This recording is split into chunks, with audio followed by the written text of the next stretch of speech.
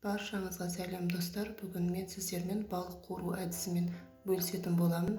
Каналыма тіркеліп, лайк басып кетіңіздер және видеоны соңына дейін көріңіздер.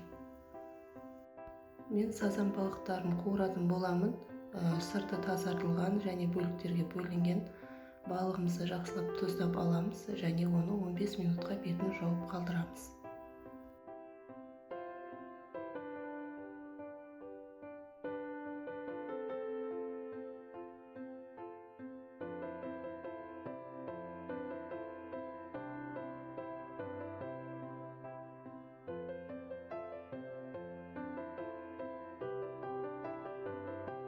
Балығымызды қуыруға осындай біз сұйық масса дайындаймыз, яғни кляр дайындайтын боламыз. Ол үшін бізге бір жұмыртқа, бір стақан су және 5 ас қасық ұн қажет болады.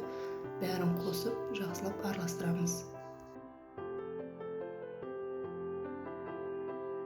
Балықты осылай арнайы дайындалған клярға батырып қуыратын болсаңыздар, майларыңыз қарайып күйіп кетпейтін болады және балықтың түсі біркелкі алтын түстес болып шығады.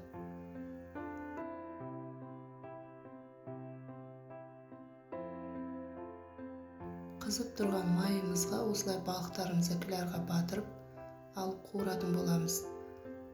Қуыру барысында отты орташа отқа қоямыз. Әр бетін 4-5 минут шамасында қуырамыз.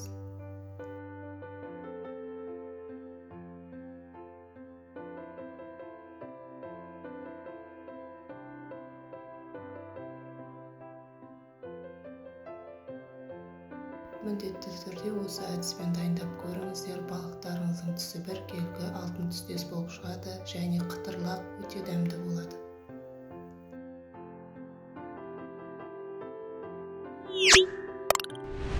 Және достар, менің каналыма тіркеліп, лайк басып кетуді ұмытпаңыздар. Мінекей біздің балықтарымыз дайын, өте дәмді, қытырлақ болып шығады. Міндетті түрде